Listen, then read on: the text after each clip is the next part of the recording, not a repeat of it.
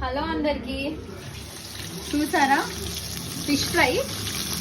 పెద్ద ప్రాసెస్ ఏం లేదు. ఫిష్ నీట్గా కడుక్కొని ఉప్పు, పసుపు, కారం, అల్లం, ధనియాల పొడి, జీలకర్ర పొడి, నెక్స్ట్ ఫిష్ మసాలా వేసేసి పక్కన పెట్టుకోండి. కొత్తిమీర, పుదీనా, కరివేపాకు ఉంటే అవి కూడా వేయండి. అవి పక్కన పెట్టాక హాఫ్ అన్ అవర్ తర్వాత బియ్యం పిండి వేసి ఫ్రై చేసుకోండి. అంటే ఎప్పుడైతే ఫ్రై చేసుకుంటారో అప్పుడు బియ్యం పిండి యాడ్ చేయండి.